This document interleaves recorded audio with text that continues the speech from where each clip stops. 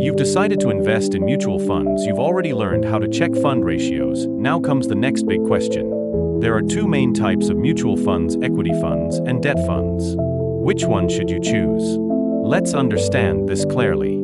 Before choosing any fund, you must understand what role it plays. This is not about which is better. This is about where your money is going and what job it is doing for you. Equity mutual funds invest in shares of companies. When companies grow, your investment grows. Equity funds offer higher return potential, but they come with ups and downs. They work best for long-term goals. Equity rewards time and patience. Debt mutual funds invest in government bonds, corporate bonds, and money market instruments.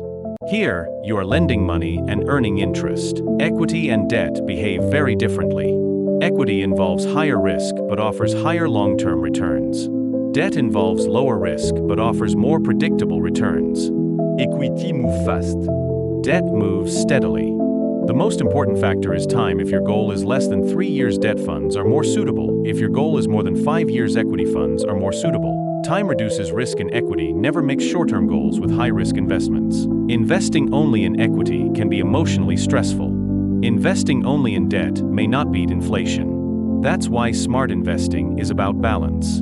Debt stabilizes. Equity accélérate. A simple thumb rule. When you are young, you can take more equity exposure. As you grow older or as your goal comes closer, shift gradually towards debt.